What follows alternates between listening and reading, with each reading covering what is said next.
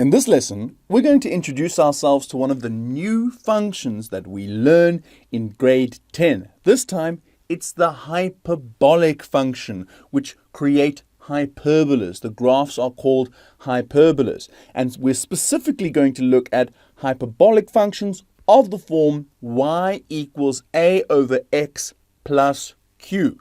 We're going to introduce ourselves to it by seeing what they look like and by investigating what the parameters a and q do to the graph, how they affect the shape and position of the graph. Now, with this lesson being an investigation into those parameters, I'm going to give you a heads up. This lesson is going to be a bit of a longer lesson. So if you want to look at one of the parameters specifically, a or q, I suggest skipping straight to that parameter. Or if you just want to see a summary of what those parameters do to the graph of a hyperbola, then skip straight to the summary at the end. But if you have not been introduced to hyperbolic functions yet, guys, then don't be lazy. Let's go through this whole lesson together.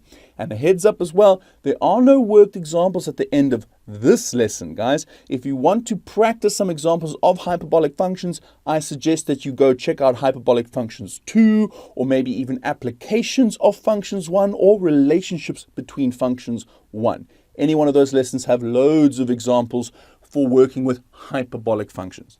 So with that said, guys, let's introduce ourselves to hyperbolic functions of the form y equals a over x plus q. Hey, here it is, guys. Hyperbolic functions number 1, our introduction to them. We are going to be looking at the properties of hyperbolas with equation y equals a over x plus q. There are those two parameters. Starting with a happy little introduction over here, guys. In this lesson, we will begin exploring one of the new functions that are introduced in grade 10, the hyperbolic function. The type of hyperbolic function we will focus on in grade 10 is one in which the equation is in x and y, obviously, with the x variable typically appearing as a denominator, woo, and the y variable as the subject of the equation. Now, it doesn't always have to be, but this is typically the case. Now, the graph is called a hyperbola, and it is made up of two curves, two separate curves, guys, that mirror each other. They basically reflect each other in a way, and they are separated by asymptotes. Have a little look here, guys. I've drawn two very basic hyperbolas here. Now, there are no axes. There's no x and y axes over here, but what I wanted to show you was just the general stuff. Over here, you have what we refer to as asymptotes, guys. They are these dotted lines, and they are separating these two separate curves which make up one hyperbola. And obviously, we have them over here as well. And I think that you can already tell that we're going to get two types of hyperbolas. Hyperbolas where you have the curve in the top right and the bottom left-hand corner that are divided by the asymptotes, or hyperbolas where the curves are in the top left and the bottom right-hand corner of the asymptotes, okay? But now how about this part over here? They mirror each other. They mirror each other. Well, I think that you can agree, guys, that it looks like this is a very symmetrical graph. This curve is exactly symmetrical to this curve over here, but not just in one way, in two different ways. Let me show you this, guys. Here is what we call an axis of symmetry. This is one axis of symmetry. That's how I abbreviate axis of symmetry. Now check it out. Pretend it's a mirror. Do you see how this curve is mirrored in that line over there, okay? It's like the curve is looking into the mirror and it can see a perfect reflection of itself. But that's not the only axis of symmetry for a hyperbola. Hyperbolas have two axes of symmetry, guys. So here's the second axis of symmetry, which the graph is mirrored over, okay?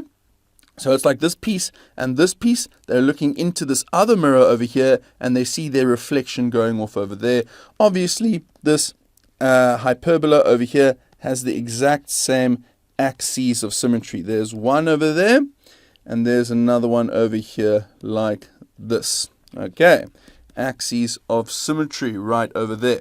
And please also notice, guys, that the asymptotes and the axes of symmetry, they all intersect at a single point. This is not a point on the graph, guys. The graph are these purple curves over there. The only thing I'm pointing out here is the fact that the asymptotes and the axes of symmetry all meet each other at a central point over there. Okay, so that's what we must expect from the graphs themselves, but let's look a little bit more into the equation of a hyperbolic function. Now, the standard form of the hyperbolic function's equation is y is equal to a over x plus q. There's the equation that we are going to expect right there. You guys should also expect that instead of y, you're going to see lots of f of x's, g of x's, p of x's, q of x's. Because you're in grade 10 now, we've got to use function notation. Now, what are the restrictions here? Well, there's not many restrictions, guys. Obviously, a and q are going to be real numbers. And here's the one restriction, guys. A cannot equal naught. I mean, think about if we had a equals naught. That would be a very boring function. Naught divided by x would just be naught. You would end up with y is equal to q. That would just be a horizontal line, guys. Boring, okay? Now, we call a and q parameters as they influence the shape and position of the graph. Y and x are not parameters, guys. Y and x, you know what they're called. They are called variables, guys. They're always going to be in every single hyperbola.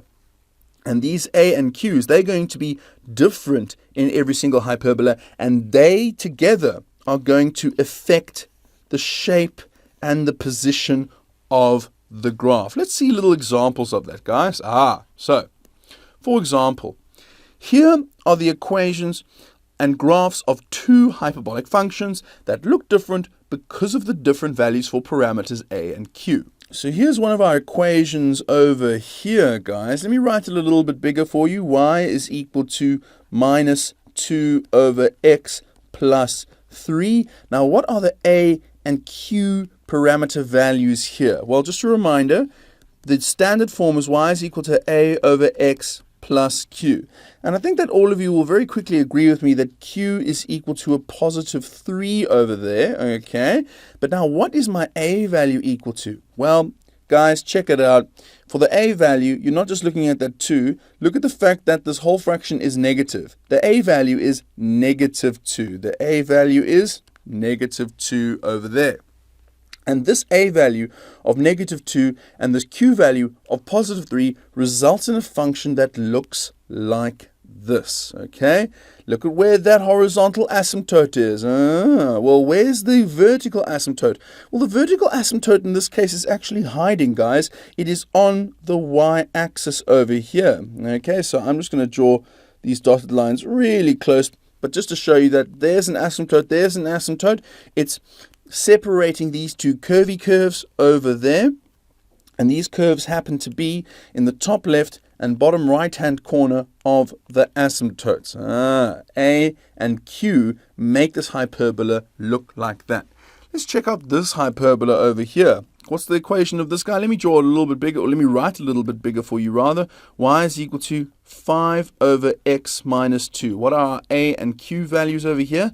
Well, this time A is a positive. A is positive 5, whereas this time Q is a negative. Q is minus 2 over there. Interesting stuff, okay? And what does this A and Q result in? Well, it results in a hyperbolic function that looks like this. Look at where my horizontal asymptote is now. My vertical asymptote is still chilling, hiding at the y-axis over there. And these asymptotes separate the two curves, but this time the two curves are on the top right-hand corner and bottom left-hand corner of the asymptotes. A and Q did that. And we are now going to investigate how A and Q affect the shape and position of these graphs. But first, we need something to serve as our foundation, as our base for learning about the parameters A and Q. So we're first going to learn about something I call the basic hyperbolic function, which has the equation y is equal to 1 over x. This is the first one we're going to investigate. Before we start investigating how the values of parameters A and Q affect the shape and position of a hyperbola, it is helpful to establish what the basic version of a hyperbolic function looks like. we will consider the basic hyperbolic function as the one with the equation y is equal to 1 over x, where a and q equal what? Well, let me remind you of the standard version once again, guys. Y is equal to a over x plus q over there. I hope you agree with me. There's my a value over there. It's positive in front of my fraction. A is positive 1. But what is q? Well, there's nothing over here, guys. You can think of it as being a big fat plus 0. Q is 0 over there. So this is what we're going to consider the classic, or rather the basic hyperbolic function. Now, similar to what we did in grade 9, when we explored linear functions for the first time, we will use the equation of the basic hyperbolic function, this equation over there, to complete a table of values and plot the resulting coordinate pairs onto a Cartesian plane. So basically, we are going to use this table over here with this equation over there. We're going to work out what these y values need to be if this is our x value for this function over there. Let's do it, guys. Okay. Let's start out right over here. Why not? Okay, I'm going to go ahead and calculate what y needs to equal for x to equal what y will equal, rather, when x equals minus 4. So y is equal to 1 over x. So y would equal to 1 over minus 4. And 1 divided by minus 4 can just be thought of as minus 1 over 4. Positive divided by negative is negative ultimately. 1 over 4 is 1 over 4. There's no simplifying that. I guess you could think of it as negative 0.25 if that's going to help you plot the points onto a Cartesian plane. And I know a lot of people who prefer to plot points when the coordinates are in decimals like this, guys. So it's totally chilled if you want to do that. I'm going to write the fraction version.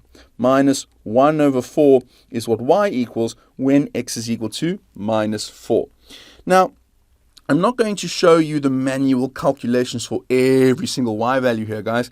I'm just going to pick a couple of x values to sub in and to show you the actual working. The next one I'm going to pick is this minus 1/3. Why not? Let's sub in minus 1 over 3 in for x. So y would then equal 1 over x. X is minus 1 over 3 minus 1 over 3. Woo, that looks nasty. Now, dividing by a fraction is the same as multiplying by its reciprocal. So 1 divided by negative 1 over 3 is the same as 1 times by the reciprocal, negative 3 over 1. Negative 3 over 1. And 1 times minus 3 basically is just minus 3. So y is equal to minus 3 when x is equal to minus 1 over 3.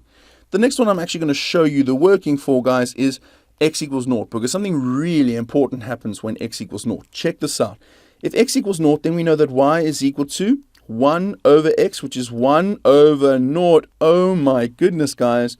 We are dividing by 0. We can't do that in mathematics. Dividing by 0 is termed undefined. It literally is called undefined because it has no defined meaning. Dividing by 0 is meaningless. It has no definition. So what do we write here?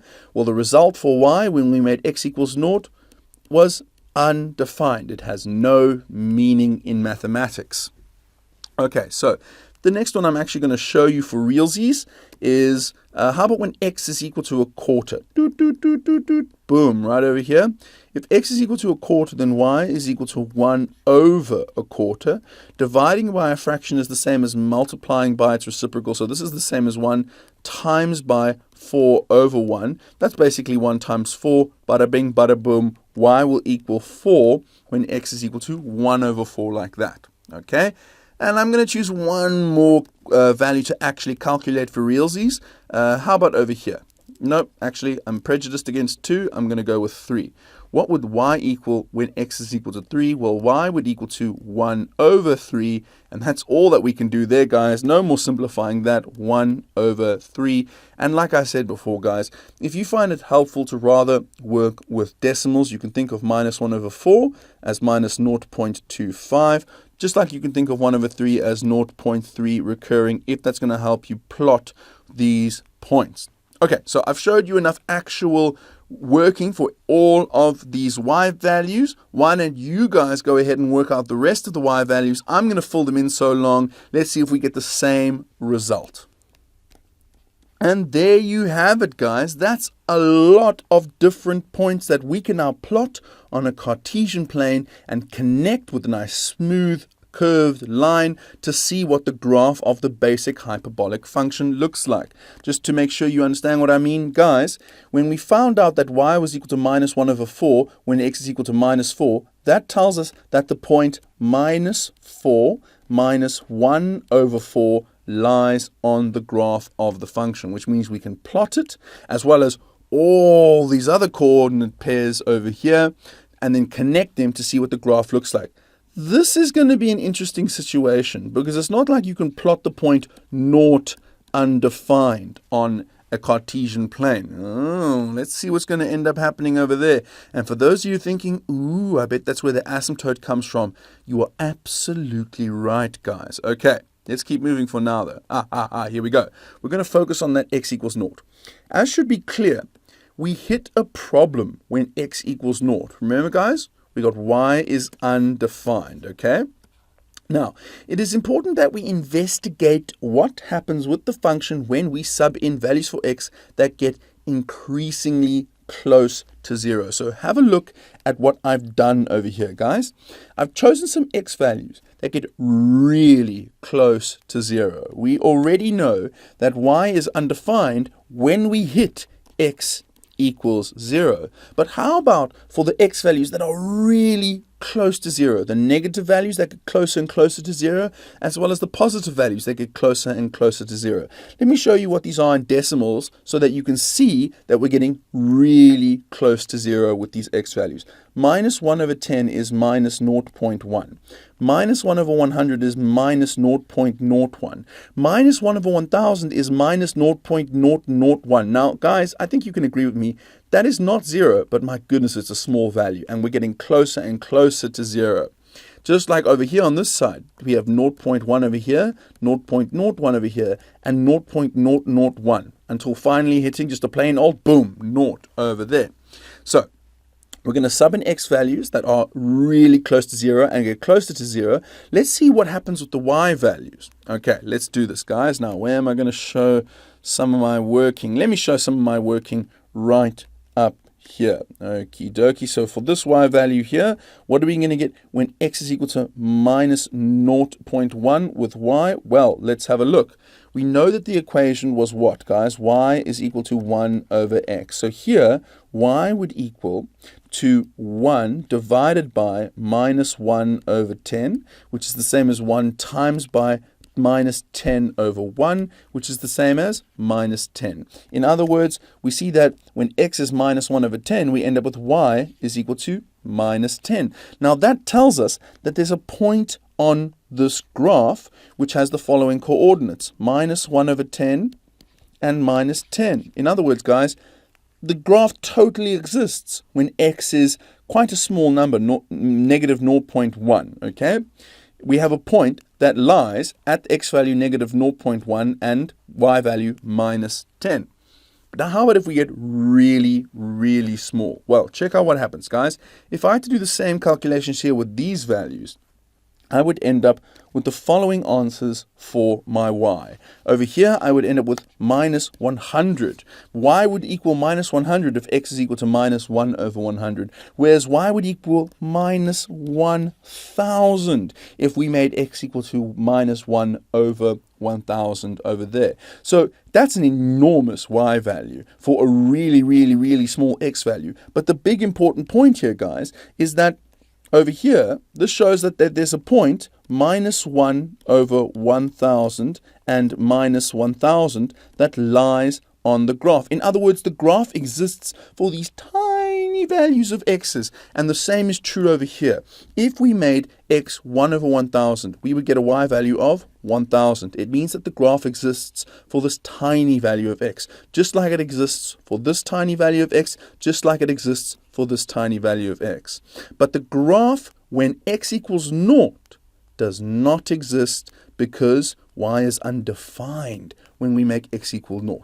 Let's read what we have over here. it should be clear from the above that when we sub in values for x that are very close to 0, we still get a valid answer for y, which means that the graph of the function exists for x values that are very close to 0. It doesn't matter how close to 0 we can get, guys. You can get -1 over a million, a billion, a cajillion. It's not a real number, and you will still get a real answer for y, which means that the graph will exist for that tiny, tiny, tiny, tiny value of x. However, as soon as we hit x equals 0, the equation of the function becomes undefined, which means that the graph doesn't exist when x equals 0. Okay. It is also important that we note what happens to the function when y equals 0. So we've been looking at what happens when we get really close to x equals 0, when we get really close to x equals 0, and what happens when x equals 0. But how about what happens when y actually equals 0? Well, check this out, guys. Remember, our function is y is equal to 1 over x. And if we sub in y equals 0 over here, we would end up with 0 is equal to 1 over x. Now, if some of you are looking at that and thinking that is really weird, okay, that's good, because this is weird. In fact, this is not possible. There's no value, there's no real value, or no non-real value even, no value at all of x that we can divide 1 by to get an answer of 0. This is impossible, which means that this is technically, in a way, a false statement, but what it really means is that there is no solution for x, real or otherwise. There is no solution for x at all, okay? The same thing is happening to the function when we make y equals 0 as what happens when x is equal to 0. And to really prove that to you, let me show you a little something special. Let's take this equation and rearrange it, okay? I'm going to times both sides of this equation by x. I'm going to times by x. I'm going to times by x over there. Why am I timesing both sides by x? Boom, boom. That's why I'm timesing both sides by x. And what do I end up with? xy is equal to 1. Now, this equation is the same as this equation, guys. I've just rearranged it a little bit. Let's make y equal to 0 right now and see what happens. Well, that then is x times 0 is equal to 1. Once again, this is something where there's no solution for x that would make this true. You can't take any value and times it by 0 and think that it's going to be 1. Well, let me even show you this part. What if I once again did a little rearrangement here? What if I divided both sides by y before subbing in 0 for y over there? Well, we would end up with boom, boom, that gone over there. We would end up with x is equal to 1 over y. Why don't we try sub in y is equal to 0 now? We would end up with x is equal to 1 over 0. And there is the ultimate proof that the same thing is happening to the function when we make y equals 0 as compared to when x is equal to 0 in the function. If we make y equal to 0, we're ultimately trying to divide by 0 in this equation over there, which means that x would be undefined, okay? This is undefined. So, the graph doesn't exist when x equals 0, nor does the graph exist when y is equal to 0, okay? So, just as with x, we can sub in values of y that are very close to 0, and we will get a valid answer for x. However, as soon as we hit y equals 0, the equation of the function becomes undefined, which means that the graph does not exist when y equals 0. So, with that all established, guys, what we're going to do is the following. I hope this fits. It does fit, barely. We're going to take all of our points and all the information we've learned about y is equal to 0 and x is equal to 0, and we're going to plot it onto this Cartesian plane, and we're going to connect the dots, and we're going to see what our classic or our basic hyperbolic function looks like. Now, I'm going to do that quite quickly, guys. So why don't you pause the video, try and do it along with me, and then press play again when you've plotted all the points and connected to dots to see what this looks like. Okay, let's go. And there you have it, guys. This is what the basic version of the hyperbolic function looks like. This is the graph of y is equal to 1 over x. It's made up of these two curves, this curve over here, this curve over here. I think you can see where those asymptotes are, but also remember they are axes of symmetry. Let's read about that now. So now that we have plotted the graph of the basic hyperbolic function y is equal to 1 over x, it is important that we take note of some special properties of the graph. Firstly, guys, it's broken over 2 pages. The graph has 2 asymptotes at the x and y axes. An asymptote is a line which a graph continually approaches but never touches. It can never equal or cross over that line that is an asymptote. And the asymptotes of a hyperbola represent the values of x and y, x equals 0 and y equals 0, that make the equation of the function undefined. In other words, the values of x and y for which the graph does not exist. We represent asymptotes with a dotted line. So if we were going to draw them in over here for ourselves, guys, let me go ahead and draw them. What shall I draw them in? Let me draw them in blue for you. Okay. So our asymptotes are the y-axis and the x-axis because they represent the values that the equation of the graph is not defined for. Let's check this out, guys. Boomski, boomski, boomski. Which asymptote am I representing now? Guys, I am representing the asymptote x equals 0. Over here, this is the asymptote x equals 0. It is the y-axis, guys. That's the equation of the y-axis, x equals 0. This represents the fact that the graph can approach the x equals 0, the y-axis. It can approach it, but it will never touch it. And that's what we saw in the above investigation over here, guys. We can approach x equals 0 and we'll still have a valid answer for y. But as soon as we get to x equals 0, the graph is undefined. Hence why we draw in an asymptote to show that the graph can get really close. It can get really close, but it can never equals x equals 0.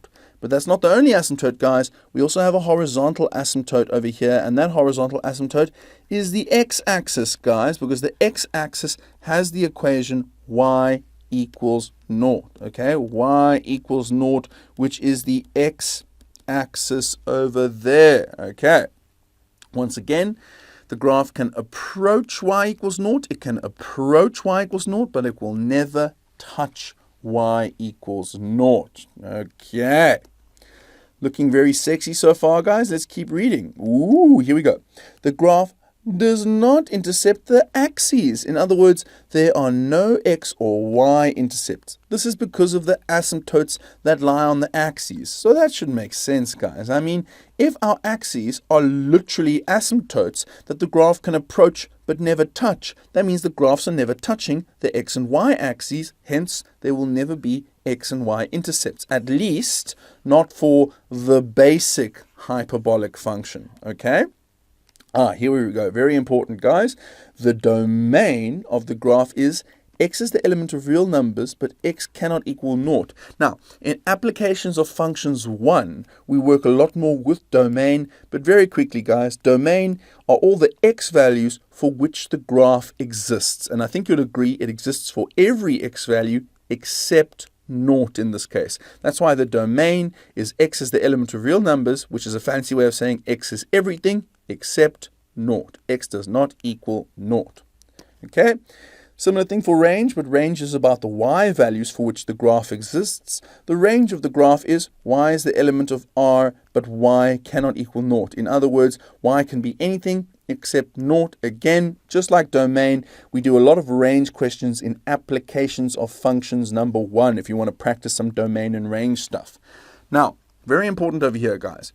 The graph is symmetrical about the lines y equals x and y equals minus x. For the basic hyperbola, guys, these oaks over here, boopity, boopity, these are my axes of symmetry, these straight lines over there. Those straight lines are in the form y equals mx plus c, guys. In other words, you should see here that our c value is equal to 0 and our m value is equal to plus or minus 1 depending on which axis of symmetry we are looking at. So we should expect an axis of symmetry that has a gradient of 1 and a y-intercept of 0, 0. In other words, the y-intercept is the origin, or an axis of symmetry with a -1 gradient and also the origin being the y-intercept over there. Let's see if that is the case up over here. It is indeed. Let's draw in our axes of symmetry. They would be this point, this line over here. Let me just complete it down over here like this. I'm being very careful to make sure it has the correct gradient. This is the line y equals x. Boom. It's one of our axes of symmetry right over here. Axes of symmetry. This is the one where y is equal to a positive 1. The gradient is a positive 1 plus 0. The y-intercept, is the origin right over there. In fact, the y and the x-intercept of this line is the origin over there. But that's not the only axis of symmetry, guys. That's not the only mirror that the graph is reflected over. The graph is also reflected over this axis of symmetry. Let me just quickly draw it in over here. I think you can guess which axis of symmetry this one is in comparison to this guy over here. This would be the axis of symmetry which has a gradient of -1. Guys, this is the equation y equals minus x over here, and it is our other axis of symmetry. It's the other line which the graph is mirrored over, and I think you'll agree with me. There's my gradient over there, -1. It should make sense. It's sloping down. Here's my +0 for the c value, which shows that the origin is my y-intercept. Y equals 0 is the y value of the y-intercept. Okay, so there is the basic hyperbolic function. Y is equal to 1 over x. There are asymptotes. Here are axes of symmetry. Okay, it's looking good. So let me go now. Let me just read the rest of this. In other words, the lines y equals x and y equals -x are axes of symmetry of the graph. Now, please remember, guys, this is for the graph y equals 1 over x. While some of the above properties will remain the same for all of the hyperbolas we face in grade 10, a number of the properties are affected when we change the values of parameters a and q. And that's what we're going to look at now, guys. We are going to look at the effect of parameters a and q on hyperbolic functions. What do these a and q do, starting with the effect of parameter a? To identify what happens to the shape and or position of a hyperbola when we change the value of a, we are going to draw the graphs of 5 different hyperbolic functions that have 5 different a values in their equations. We will then be able to compare these graphs to each other and the basic hyperbolic function y equals 1 over x, which will then allow us to make conclusions about how the value of a affects the shape and or position of a hyperbola. Okay? Now, we already know the basic version of the hyperbolic function. There it is over here. We know from our work on the previous pages that the table of values for y is equal to 1 over x, where a is equal to a very boring 1 and q is equal to a very boring 0, is as follows. Whoop, we've done that already. So now let's move to our new a value over here. And what is that new a value going to be? Well, look at the new function we're drawing here, guys. Let's now complete the table of values below using the equation y is equal to 4 over x, where a is equal to +4. So basically, we're drawing a graph so that we can compare what does a equals 4 do in comparison to a equals 1. Okay, let's do this. Which values shall we do some manual calculations for together? Well, I'm going to start by calculating what does y equal when x is equal to -8. Let's do that, guys. Okay, so when x is equal to -8, y will equal to 4 over -8. Y will equal to 4 divided by -8. A positive divided by a negative is negative. 4 over 8 is 1 over 2. So the y value for -8, for x is equal to -8 rather, is -1 over 2. Which value shall we calculate manually next? How about this guy right over here? Whoop! boom, boom, y will equal to 4 over minus 1. 4 over minus 1. 4 divided by minus 1 is simply minus 4 over there, guys. So minus 4 is what y equals when x is equal to minus 1. How about our old friend x is equal to 0? What will y equal then? Well, y will equal to 4 over 0. Oh dear, undefined once again. What does that tell you, guys? That tells you that x equals 0 is still going to be an asymptote. X equals 0, that is going to be an asymptote over there. And what is x equals 0, guys? X equals 0 is the y-axis. So the y-axis is an asymptote. Okay, let's keep going, guys. How about this guy over here? How about a half, okay? Whoop, boom. When x is equal to a half, y would equal to 4 divided by a half. That's the same as saying 4 times by 2 over 1. That is equal to 8 over there. So y is equal to 8 when x is equal to a half over there. Last but not least, guys, let's go ahead and calculate what y is going to equal when x is equal to 4 over here, like this. Okay, so y would equal what? It's going to equal to 4 over 4 now. That's just equal to a boring old 1 over there. Okay, so we've done some very manually, guys. I'm going to go ahead and fill in the rest. Why don't you fill in the rest at the same time? See if you get the same answers as me.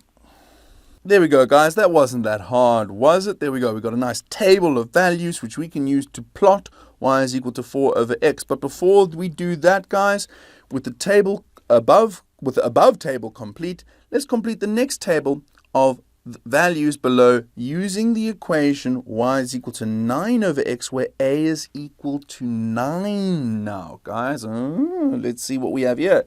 I have a whole bunch of new special x values from which I can choose. I'm going to go ahead and calculate once again for 5 of those x values manually in front of you, and you can, along with me, fill in the rest after we've done that. Let's start by filling out what y would equal if x is equal to minus 9. Well, y would equal to 9 over minus 9. That would equal to minus 1. So y would equal minus 1 when x equals minus 9. How about this guy over here? Y would equal to 9 over minus 3 over 2, which is the same as saying 9 times by minus 2 over 3. And that is equal to a very chilled minus 6. So I see that my y is equal to minus 6 when x is equal to 3, or minus 3 over 2 rather. We're going to calculate our classic guy over here. What does y equal when x equals 0? Well, y is equal to 9 over 0. Oh dear, it's undefined. What do you know, guys? I think we've discovered one of our asymptotes over here, guys. X equals 0 is once again one of the asymptotes. X equals 0, which is the y-axis, is one of our asymptotes. I wonder what the other asymptote is. Well, let's keep calculating maybe for a few more y values. How about this guy over here? What happens to y when x equals 1? Well, y will equal 9 over 1. Super chilled. That's just equal to 9 over there. So y is equal to 9 when x is equal to 1. And how about this okie over here, guys? Y will equal to 9 over 6, like that, which simplifies to 3 over 2. So we have 3 over 2, or if you prefer to plot it, 1.5. Okay. Now, I'm going to fill in the rest of the y values. You do the same. Let's see if we get the same results. And there you have it, guys, a whole bunch of points that we can plot to get our graphs of y equals 4 over x and y equals 9 over x. Just as a little example, guys, this point over here tells you that we have x equal to minus 4 and y equal to minus 1. Super easy to plot, just like this guy here tells you that when x is equal to minus 3, y is also equal to minus 3. Let me actually write a minus 3 there, though.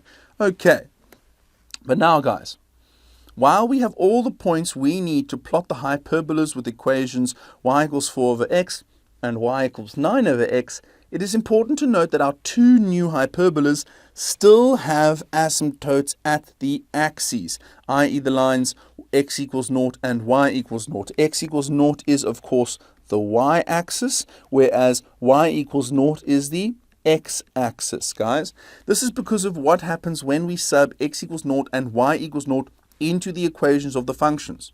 Furthermore, our two new hyperbolas still have their axes of symmetry at y equals x and y equals minus x. We're going to see that's the case as well.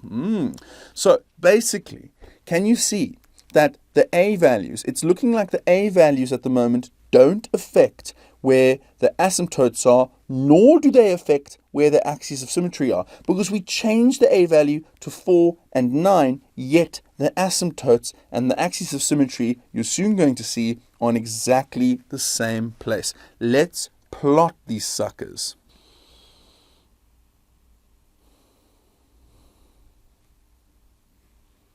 And there you have it, guys. There are our brand new hyperbolas over there. Y is equal to 4 over x is in green. Y is equal to 9 over x is in blue, in comparison to our basic version, y is equal to 1 over x, which is in purple. Now, let me just really show you graphically that the asymptotes are indeed still where they used to be. Remember, guys, they used to be at the axes for y is equal to 1 over x, and they're still at the axes for y is equal to 4 over x and y is equal to 9 over x, because of what would happen if we subbed in x equals 0, which is the y-axis, or y equals 0, which represents the x-axis. So check it out over here. Boomski, boomski, boomski, boomski. This is one of our asymptotes over here. This is our asymptote, which has the equation x equals 0. In other words, it is the y-axis over there. But we also have an asymptote that goes here. Boop, boop, boop, boop. Whoopsie, don't get too far away from the x-axis, Mr. Marie, otherwise you're being very naughty. So this is another asymptote here, which has the equation y equals 0, which is the x-axis over there. Okay, but just like the asymptotes are still in the same place, even with our new values of a, we also have the axes of symmetry in the same place still. The axes of symmetry are the mirrors that the graphs are reflected over. And all of these functions, whoopsie, Mr. Marie, you're going a bit out of sync over there. All of these functions still have their axes of symmetry at y is equal to x. Let me just draw the rest of it over here. Okay, looking good. And as well as the line y equals minus x. So let's draw in this guy over here, maybe until there, and maybe until, where shall we go? Up until, boom, y equals minus x over there. So these are the lines that act like mirrors. They mirror the curve. In other words, the curve is symmetrical about these lines. You could fold this piece of paper in half over these lines here. This is where you would make the fold, and the two curves would lie perfectly on top of each other. Okay, so clearly the a value does not affect where the asymptotes are or where the axes of symmetry are.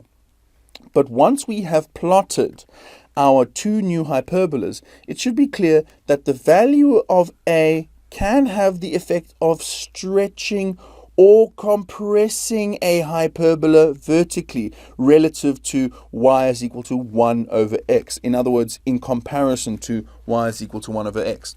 Another way to think about this is to say that the value of a affects the steepness of a hyperbola, or how far the hyperbola is from the origin of the Cartesian plane. So guys, check it out. Can you see that for y is equal to 1 over x, when we changed the a value from 1 to 4 and then from 4 to 9, it looked like this graph was being stretched upwards, and it looks like the other half of the curve was being stretched downwards, stretched vertically. Or if you want to think about it the other way around, if we started with a is equal to 9 and then changed to a is equal to 4 and then changed to a is equal to 1, it would look like it was being compressed, squished down. Okay. Or you can think of it as though the a value is pushing that hyperbola further away from the origin. We went from 1 to 4 to 9. We got further and further and further away from the origin. Finally, steepness. I mean, look at this part of the graph there. Look how crazy steep it is over there in comparison to these graphs over there at this particular part. So A has a lot of powers that we have just uncovered. Okay, let's see some more specifics about that. So more specifically, when A equals 4, the graph was stretched vertically, pushed further away from the origin. Those are the ways that we can think about it in comparison to when A equals 1. And when A equals 9, the graph was even more vertically stretched, pushed even further away from the origin in comparison to A equals 4 and A equals 1. Okay, so now that we have investigated what happens when we have different positive values for A, you guessed it, we will turn our attention to investigate the effect of having a negative A value. To start off, let's complete the table of values below using the equation y is equal to minus 1 over x, where A is equal to minus 1. So once again, guys, I'm going to work out a couple of these y values manually over here. Let's start with this okie right there. Okay, so what will y be when x is equal to minus 4? Well, y will equal to, let's be careful here now, guys. We have minus 1 over minus 4, like that, okay? And what is that going to equal? Well, basically, you can think of it in the following way. We have minus in front of 1 over minus 4. 1 over minus 4 is minus 1 over 4. And when you have minus 1 over 4, that's just a positive 1 over 4. So y is equal to 1 over 4 now when x is equal to minus 4. Well, how about this okie over here now? Let's do this guy. Boomski, boomski. How about minus 1 over 3? Well, y will equal to minus 1 over minus 1 over 3 there. And that's equal to minus 1 multiplied by negative 3 over 1, like that. Negative times negative is positive. 1 times 3 over 1 is simply 3. Bada bing, bada boom. Okay. Let's see what happens to our little friend over here, guys. Y is equal to minus 1 over 0. Oh, we're trying to divide by 0 again, guys. This is undefined. Once again, that tells us that x equals 0 is an asymptote, guys. It's one of our asymptotes. In other words, the y-axis is still one of our asymptotes. Which other values shall we work out here? How about this little okie over here? Boop, boop, boop, boop, boop, boop, boom. Y will equal to minus 1 over 1 over 4. That's the same as saying minus 1 multiplied by 4 over 1. That's equal to minus 4 over there, guys. Minus 4. Okay. Last but not least, how about this okie over here? This x is equal to 3. Well, y will equal to minus 1 over 3. Nothing more we can really do there, guys. Minus 1 over 3. Now, before I go ahead and fill in all these values, do you notice a connection between this y is equal to minus 1 over x and the original basic hyperbola that we did? Remember, guys, when we did the basic hyperbola, a was equal to a positive 1 and we had y was equal to positive 1 over x. And when we calculated what y was when x was equal to minus 4, we got the answer of minus 1 over 4 instead of positive 1 over 4. And when we calculated the y for minus 1 over 3, we got the answer of not positive 3, but we got an answer of minus 3. We still obviously got an answer of undefined when x is equal to 0, but when x was equal to 1 over 4, we didn't get minus 4, we got positive 4. And when x was equal to 3, we didn't get minus 1 over 3, we got a positive 1 over 3. In other words, guys, now that we have changed a to minus 1 in comparison to a being positive 1, all the y values have changed sign. The negatives are becoming what used to be negatives have become positive. What used to be positive have now become negative. So, in other words, we can fill out these y values very easily. They're just the negative versions of what they used to be. And when I say negative versions, guys, think of it. A negative of a negative is positive. So these are all the negative versions of what they used to be, because a negative of a negative is positive. And over here, there will just be the negative version, because these are positives in the original, and a negative of a positive is negative over there. And you've got to ask yourself, what does that mean for a graph if you take all the y values and change their sign from negative to positive or from positive to negative? Well, we'll see when we draw these graphs. For now, let's fill in all these values over here.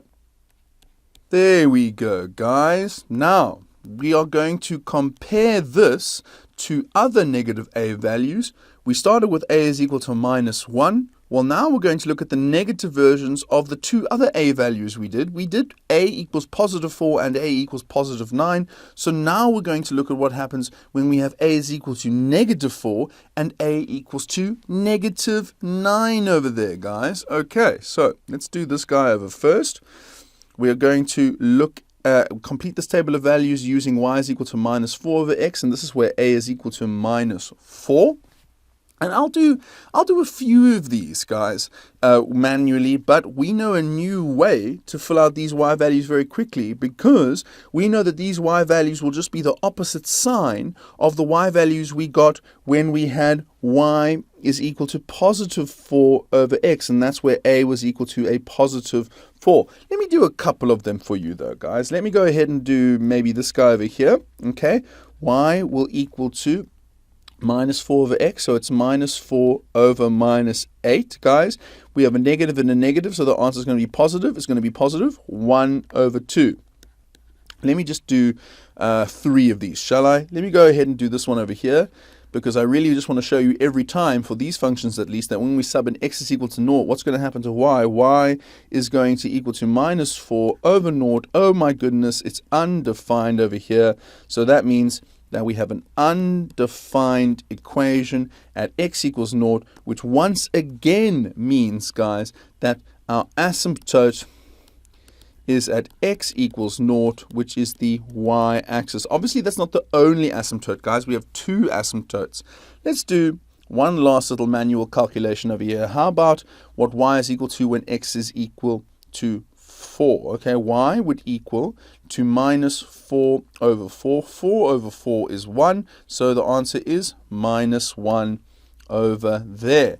Let's quickly fill in the rest of these values. You could either do them by calculating them manually, or, as we've seen, by taking the y values from the positive version here and just changing their signs. Hey, there it is, guys. Last but not least, let's complete this table of values over here for the function y is equal to -9 over x. And obviously, guys, that's where a is equal to -9 this time. Once again, I'm just going to do a couple of calculations here, guys. If x is equal to -9, then y would equal to -9 over -9. That's a positive divided by a negative, which would be a negative, but it's the negative of a negative, which is positive, and 9 divided by 9 is 1. So that's what y is equal to over there. Let's once again do this little guy. I think you know what to expect, guys. Y is equal to -9 over 0. Oh my goodness, it's undefined. What does that tell you? Well, it tells you once again that our asymptote, or at least one of the asymptotes for this function, is going to be x equals 0, which is the y-axis over there. Okay, last but not least, why not try this guy over here? Y is equal to -9 over 6. That ends up being -3 over 2. So what we have here is a -3 over 2. And if you find it easier to plot a decimal version, this is simply -1.5 over there. Okay, let's fill in the rest of these values in one of the 2 ways available to us, and I'll see you on the other side very shortly. And there it is, guys, our sexy table of values. So we have a table of values for a is equal to -1, a is equal to -4, a is equal to -9, all the negative versions of the previous functions that we plotted over here. Check out the previous functions we plotted, guys. We plotted y is equal to 1 over x, y is equal to 4 over x, y is equal to 9 over x. Now, before we plot the graphs of our three new hyperbolas, it's important to note that the asymptotes for y equals minus 1 over x, y is equal to minus 4 over x, and y is equal to minus 9 over x are still the x and y axes, i.e., guys, the values x equals 0 and y equals 0. Guys, y equals 0, that's the x-axis, whereas x equals 0, that's the y-axis over there, okay? Furthermore, the axes of symmetry for our three new hyperbolas are still the lines y equals x and y equals minus x.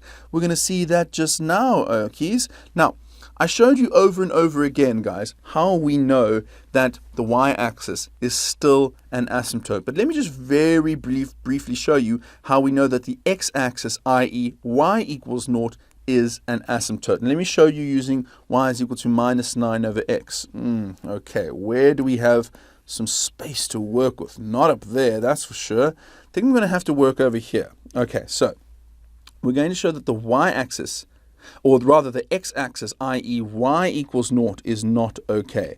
If we take y equals 0 and sub it in over here, you get 0 is equal to minus 9 over x. There is no value for x, not real or non-real, that can make this true. There is no solution for x. But let me even rearrange this for you and show you how ridiculous it is when we rearrange it and how it is ultimately undefined.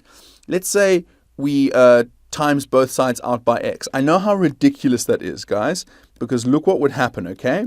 You have to pretend for a moment that x times 0 is not automatically 0, okay? So we would have x times 0 is equal to minus 9, because this would have happened over there. I think already, can you see how ridiculous this equation is? This is an undefined equation, because there's no value for x that can times by 0 to give an answer of minus 9. And just for the sake of it now, guys, let's divide both sides by 0 so we can do that over there. Oh, it hurts my body writing nonsense like that, guys. Ugh. Okay.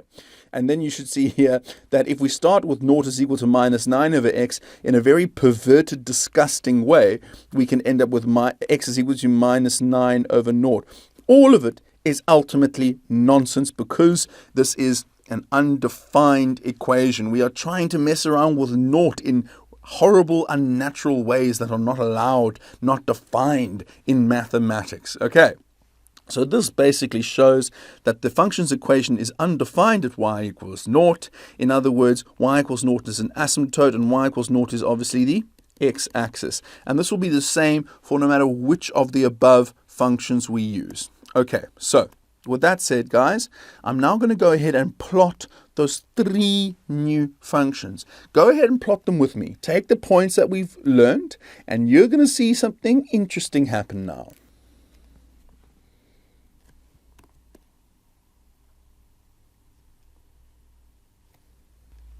Sure, and there it is, guys. Okay, so the blue over here for me is the graph of y is equal to minus 1 over x.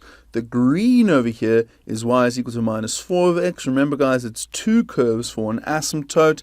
And the orange over here is y is equal to minus 9 over x. And as I said before, guys, please notice that the asymptotes are still the y-axis over here, which has the equation x equals 0, and the x-axis over here, which has the equation y is equal to 0. So those are definitely still our asymptotes over there.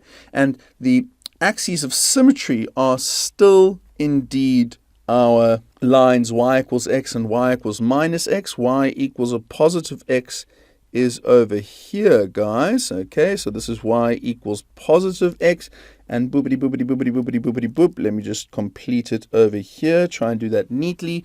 Oh, let's try and not make this too messy, but here is the other axis of symmetry, and this is the axis of symmetry that has the equation, whoopsie, getting off track over there, y is equal to minus x. Wow, okay, so it might look like a big old mess at the moment, guys, but this is what we get when we change from a positive a value, positive a is equal to 1, a is equal to positive 4, and a is equal to positive 9, to negative a values, a is equal to negative 1, a is equal to negative 4, and a is equal to negative 9. Let's try and think about what the effect has been. Well, once we have drawn the three new graphs, it should be clear that having a negative a value results in hyperbolas that exist in quadrants 2 and 4 of the Cartesian plane. Have a look up here, guys. Okay, remember,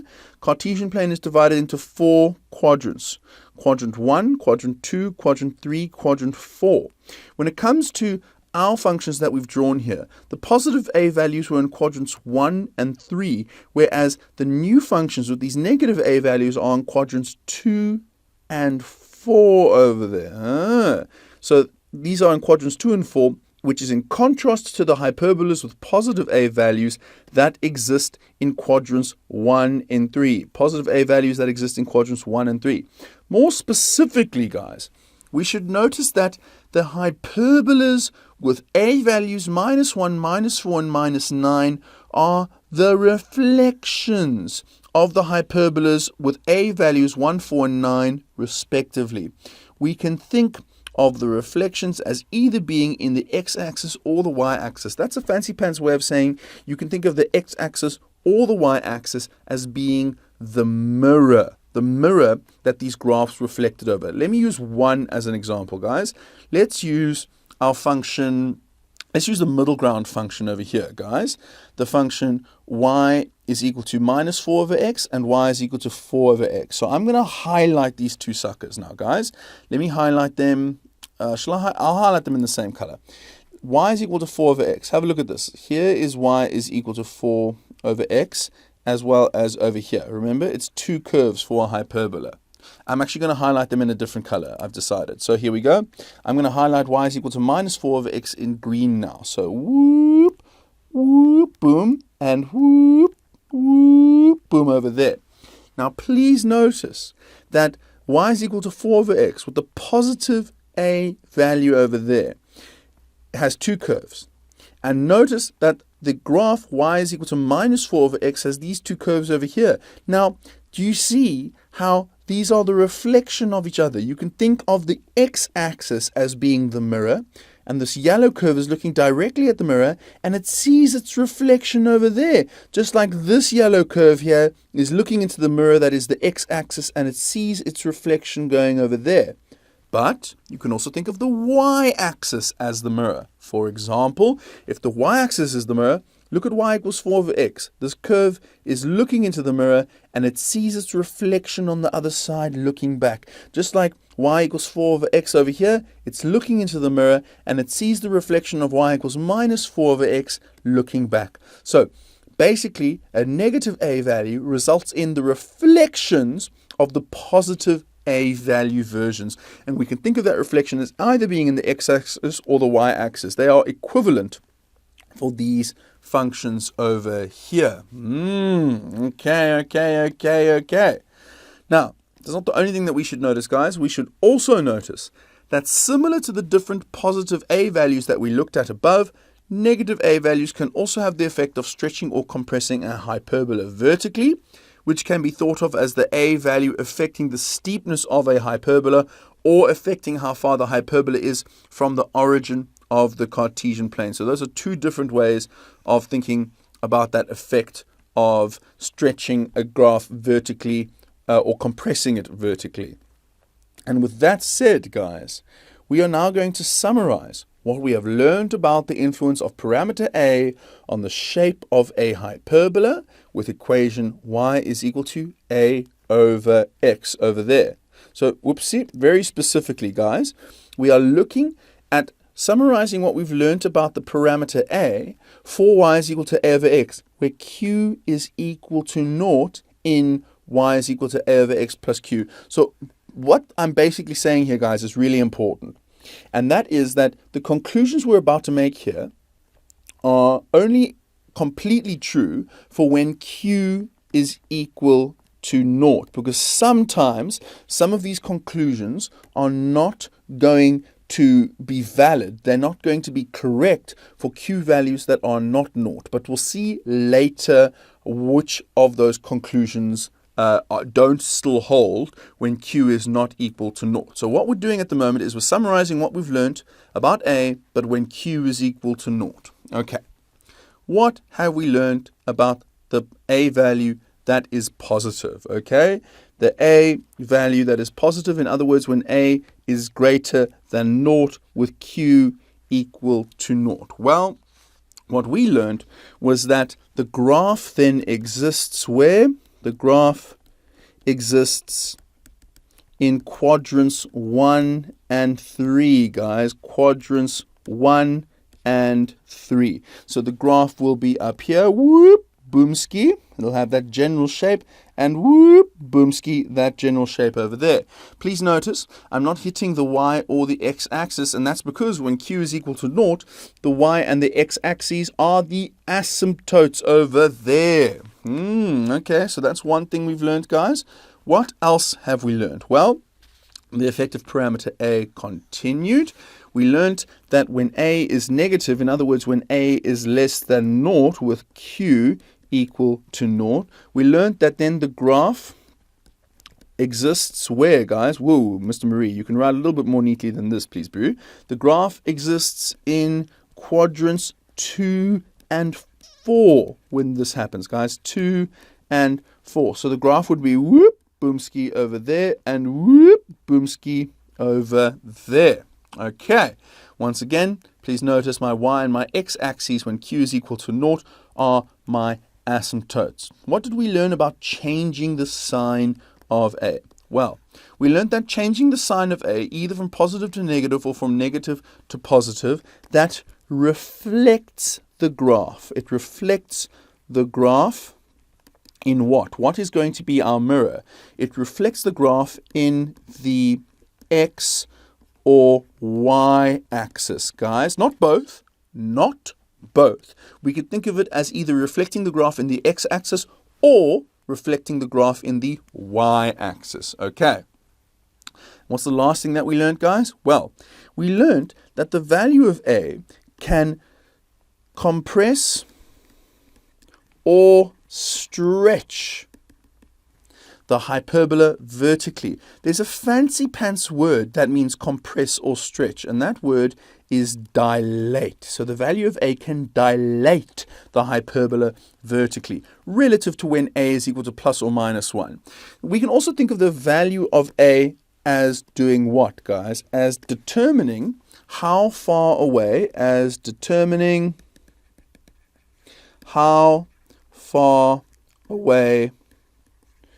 the graph is from where? The graph is from where, guys? The origin. Okay. So A can do all of those different things. We have investigated A hardcore here, guys. And what we have specifically seen is that when Q is equal to naught, our asymptotes here are at the y-axis, which is x equals naught, and at the x-axis, which is y equals naught. Let me also fill it in up over here, guys. We saw that our asymptotes were at x equals naught, and they were at y equals naught, just like our axes of symmetry over here were at y equals x, and our axis of symmetry, the second axis of symmetry, is at y equals minus x. Let me fill that in over here as well, guys. Now, I think you can guess that with me really trying to emphasize the fact that the asymptotes and the axes of symmetry are at these particular places when Q is equal to naught, I think you can guess that when we start messing around with the Q value, the asymptotes and the axes of symmetry, they're going to start changing position. They're not going to be in these positions anymore.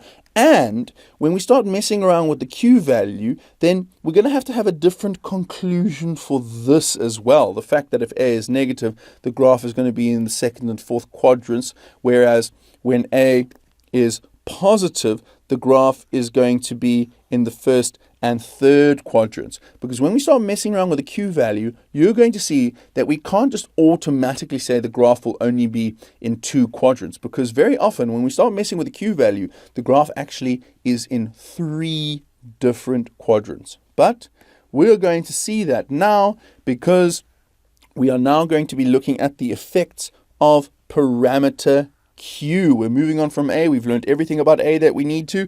We're going to Q. To identify what happens to the shape and or position of a hyperbola when we change the value of Q, we are first going to remind ourselves about the graph of the hyperbolic function y equals 4 over x, where q is equal to 0.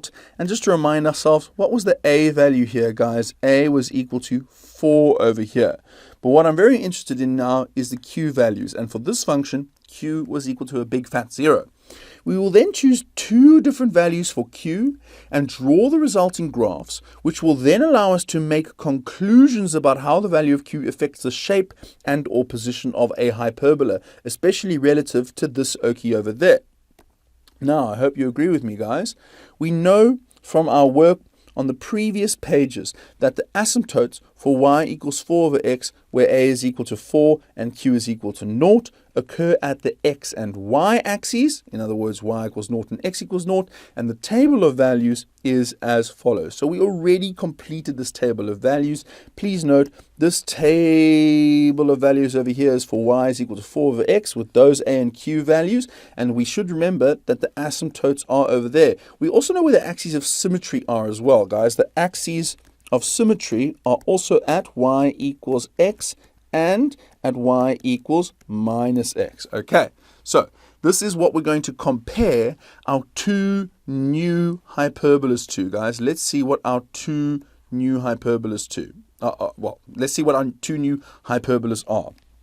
So we're now going to complete the table of values below using the equation y is equal to 4 over x plus 3. And over here, I hope you agree with me, guys. What's the q value now? It's no longer 0. Now my q value is a positive 3. Let's go ahead and use that to calculate a few of the y values. Let's calculate the y value for x is equal to minus 8. So y will equal to 4 over minus 8. And we're going to add a 3 to that afterwards. 4 over minus 8 is minus 1 over 2. Minus 1 over 2 plus 3 over there is equal to 5 over 2, guys. So 5 over 2. And I just need to be really, really careful because that, oh no, that's correct. That's absolutely correct over there. Okay, and if you wanted to write the decimal version, that is 2.5. Okay, let's keep going. Which other value shall we work out? Why not this guy over here? So when x is equal to minus 1, y will equal to 4 over minus 1, but we're adding 3 to that over there. 4 over minus 1 is minus 4. Minus 4 plus 3 is minus 1. So when x is equal to minus 1, y is also equal to minus 1. How about this guy over here? Let's see if we still get the same result when we sub x is equal to 0. Okay, well, y would equal to 4 over 0 plus 3. Beep, beep, beep. Guys, we have problems. We're trying to divide by 0. This is still undefined over here, guys, which means that we have a big old fat undefined for our function when x is equal to 0, which tells us that we still have an asymptote at x equals 0, which is the y-axis. Okay, so that asymptote didn't change at all. But I wonder if the other one did. Before we get to that, though, let's keep going with our working out over here. Let's calculate what y is going to equal to when x is equal to a half. Y would equal to 4 over 1 over 2 plus 3. 4 over 1 over 2 is the same as 4 times by 2 over 1, and that is 8. 8 plus 3 is 11. Okay, so y is going to equal 11 over there. Last but not least, let's calculate what happens over here. Okay, when x is equal to 4, y will equal to 4 over 4 plus 3. 4 divided by 4 is 1. 1 plus 3 is 4. Okay, so we're doing well. So guys, those are the ones I'm going to calculate in front of you. Why don't you also now fill in the rest or calculate the rest? I am going to do the same thing. So there we have it, all the y values given these particular x values for the function y is equal to 4 over x plus 3 where q is equal to positive 3. Now before I move on, I want to address you guys who realized that there was actually an easier way for us to calculate these y values, because some of you would have noticed that, hang on a second, we have y is equal to 4 over x plus 3 here. And the only difference between this new function over here and the function that we previously worked with, which is y is equal to 4 over x, was the fact that we have a big fat plus 3 afterwards. Now, think about that, guys. Think about what that means. That means that for our new function, we're doing the same things with x. We're taking 4 and we're dividing by x. We're taking 4 and we're dividing by x. And once we've done that division, then for the new function, all we do to calculate y is add a 3 onto the result. Now think about what that means, guys. That means that the y values in our new function are simply going to be 3 more than the y values were in the previous function. Let's try and see if that's the case over here.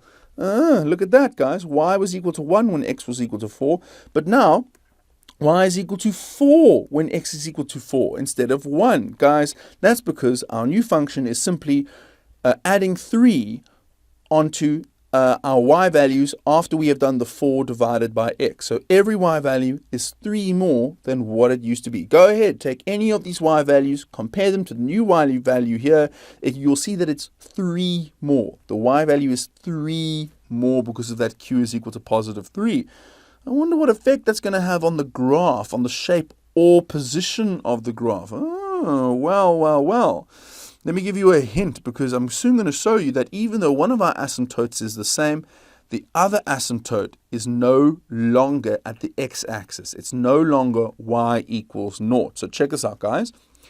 Now, while the vertical asymptote for y is equal to 4 over x plus 3 is still the y-axis, as can be seen by what happens to the equation of the function when we try to sub in x is equal to 0, okay? It is very important to notice that the horizontal asymptote is no longer at the x-axis, i.e., it no longer occurs at y equals 0. For example, let's sub y equals 0 into the equation and see what the result is. I'm going to take y equals 0 and sub it in here. We get 0 is equal to 4 over x plus 3. And this is an equation that we can actually solve, guys. Check it out. Okay, so I'm going to go ahead and solve for x. I'm going to first take this 3 over to the other side. In other words, I'm basically minusing 3 from both sides.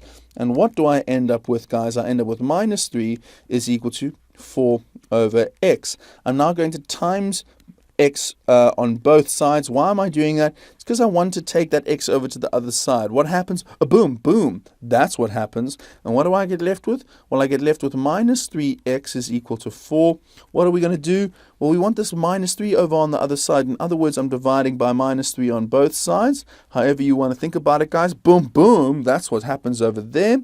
And then we end up with the result of x is equal to minus 4 over 3. So that means that we get an answer of minus 4 over 3 for x when y is equal to 0 over there. In other words, when I subbed in y equals 0 here, I got a valid answer for x. That means the graph exists at y equals 0. Specifically, guys, this is the point that exists at y equals 0. And I want you to ask yourself, when you sub in y equals 0 into the equation of a function, what is the point you're determining? I hope you're all screaming at me. Well, Mr. Marie, when you sub in y equals 0 into an equation of a function, you're typically trying to find the x-intercept. Guys, that's what we found. We have found the x-intercept of our function. And that should really prove to you that the horizontal asymptote is no longer at the x-axis, because an x-intercept tells you that the graph does go through the x-axis. And it couldn't do that if the asymptote was still at the x-axis. Oh dear, so where is this asymptote now?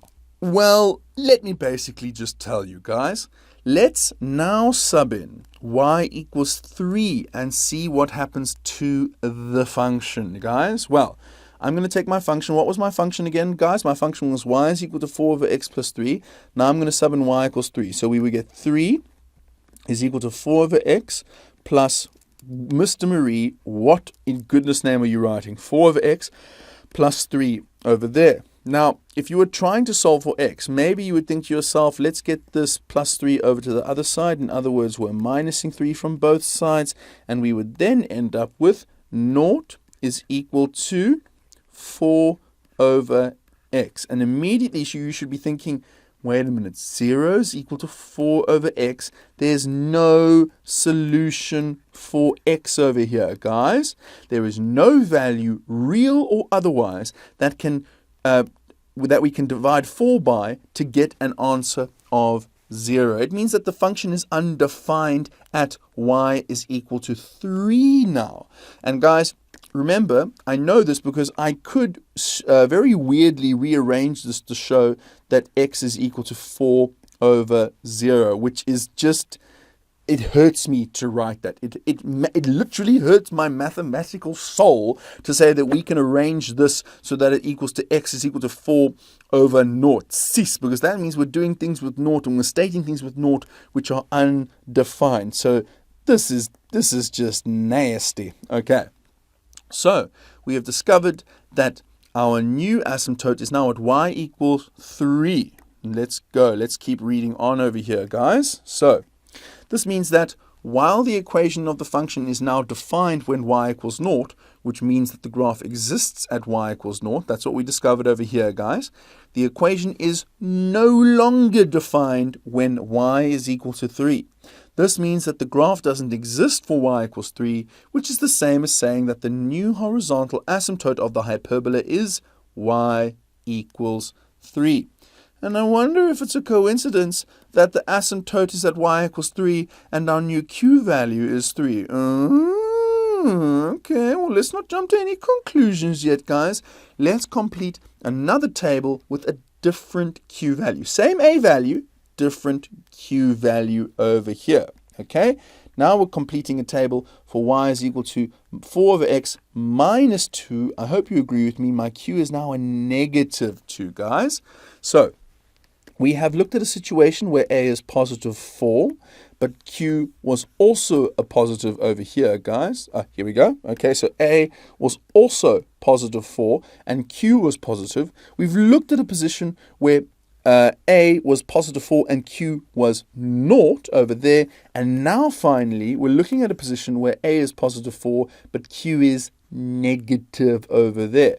Now, for you smarty pantsers, you are absolutely right. You could just take all the y values of our OG, y is equal to 4 over x. This is where a was equal to 4, but q was equal to 0.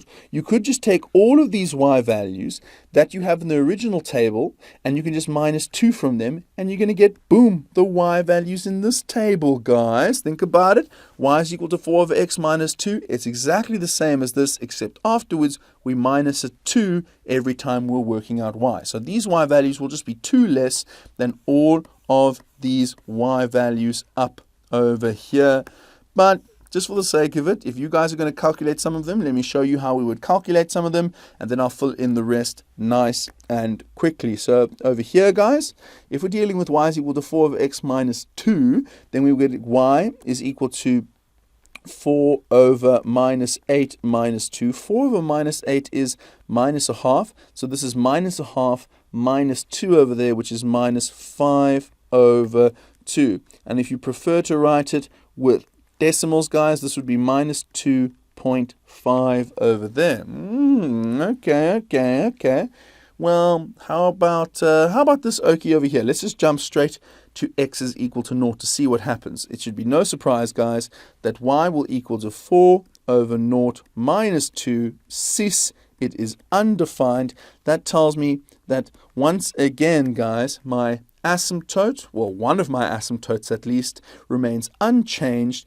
It is at the x equals 0, which is the y-axis. This is one of my asymptotes. Okay, I wonder where the other asymptote is going to be. Well, we'll see just now. How about this guy over here? Let's calculate the y manually for x is equal to 4. So y would equal to 4 over 4, 4 over 4 minus 2. 4 over 4 is 1, 1 minus 2 is minus 1. Bada bing, bada boom over there. Okay, so there are some of my y values calculated manually. Maybe you want to calculate the rest of them manually as well. That's totally fine. Maybe some of you smarty pantsers want to go take the y values from our y is equal to 4 over x and minus 2 from them. That's totally fine as well. Either way, let's fill in the rest of these values and meet on the other side. That's looking pretty sexy if I do say so myself, guys. Now, once again, while the vertical asymptote for y is equal to 4 over x minus 2 is still the y-axis, as can be seen by what happens to the equation of the function when we try to sub in x equals 0, it is important to notice that the horizontal asymptote is no longer at the x-axis, i.e. it no longer occurs at y is equal to 0. But where does it occur now? Well, let's first prove that it doesn't happen at y equals 0. We're going to sub in y equals 0 into the equation of the function and see what happens. We would get 0 is equal to 4 over x minus a 2. I hope you agree with me, guys, that we would get rid of this minus 2, take it to the other side. In other words, we are adding 2 to both sides, and what we end up with is positive 2 is equal to 4 over x. I hope you agree with me that I would also now times both sides by x. Why? Because I want to get this x over to the other side, and timesing this side by x goes boom, boom, which means I must do that to the other side. What do I get left with? I get left with 2x is equal to 4 over there. What are we now going to do? Whoopsie, Mr. Marie. What are we now going to do? We are now going to get rid of that 2 over there, whoop, onto the other side. In other words, I'm dividing both sides by 2, and we end up with x is equal to 2 over there. In other words, guys, when we subbed in y is equal to 0, we got an x value of 2. It means that the graph exists for y equals 0. The point is 2, 0. In fact, the point is our x-intercept, guys. When you're working out the x-intercept, you let y equal 0 and you solve for x. So this graph has an x-intercept, further proving that the asymptote is no longer at the x-axis. Okay. But where is that asymptote? Where is our horizontal asymptote? Well, let's now sub in y equals minus 2. Remember, minus 2 is the q value, guys. I wonder what's going to happen now. Well, if we sub in minus 2, we get to minus 2 is equal to 4 over x minus a 2. If we were trying to solve for x, we would take this minus 2 over to the other side. In other words, we would add 2 to both sides, and we would end up with 0 is equal to 4 over x. And once again, it is the equation which has no solution, real or otherwise, for x. And it's that thing that if we took major mathematical liberties, we would be able to rearrange it into x is equal to 4 over 0, which literally makes me sick to write. It's undefined, guys. There's no solution for x. What does this mean? Well, this means that while the equation is now defined for y equals 0, which means the graph now exists at y equals 0, the equation of the function is no longer defined when y equals minus 2. This means that the graph doesn't exist for y is equal to minus 2, which is the same as saying that the new horizontal asymptote of the hyperbola is y is equal to minus 2. I wonder if it was a coincidence that the q value minus 2 is now where our new horizontal asymptote is. Okay, well. Now we will draw these two hyperbolas, including their asymptotes, on the Cartesian plane alongside, which already includes the graph of y is equal to 4 over x. So there we go, guys.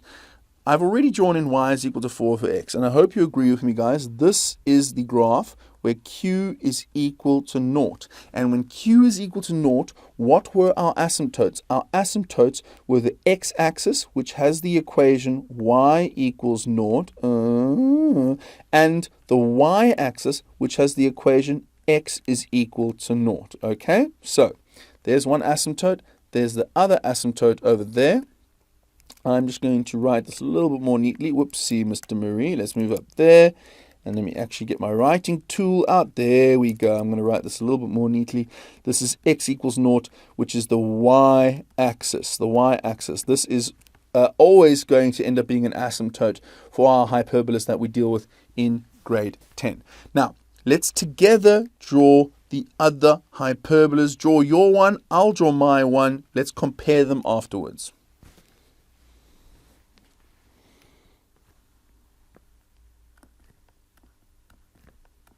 And there we have it, guys. There are our three hyperbolas over there, our two brand new ones over there, where y was equal to 4 over x plus 3 and y was equal to 4 over x minus 2. Please notice that for the function where we had y is equal to 4 over x plus 3 with the q value of positive 3, the horizontal asymptote is now at y equals 3. Look at it over there, guys.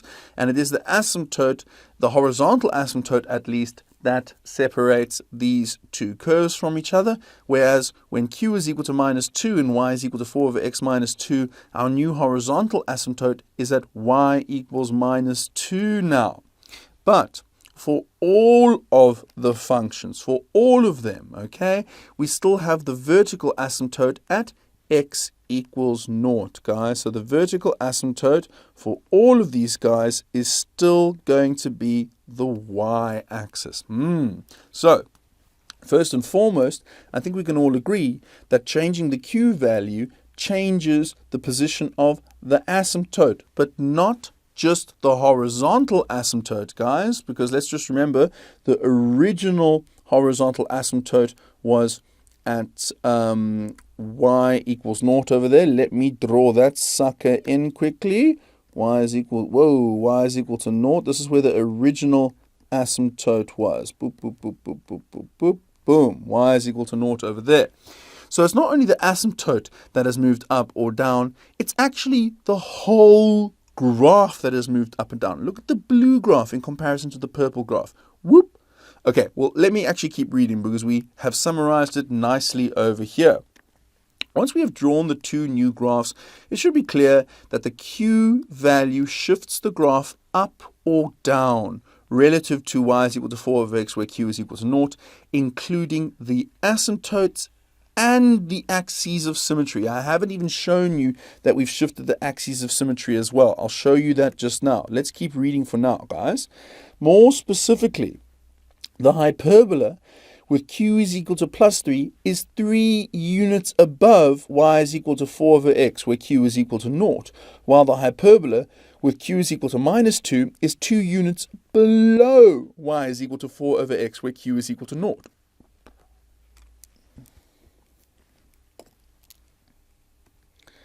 Let's look at that a little bit more closely over here, guys. Okay. Look at my y is equal to 4 over x plus 3 with a q value of positive 3. It is 3 units above every single point with our original function. No matter which point I go to, the new graph will be 3 units above. And that includes our asymptote over there, the horizontal asymptote. Whoop, it's 3 units up now. Whoop, 3 units up now. And that's not just the asymptote and the whole graph over there, guys. It is the axes of symmetry as well. Now, I'm really worried about what my axes of symmetry are going to do to this graph. It's going to make the whole thing look so messy and disgusting.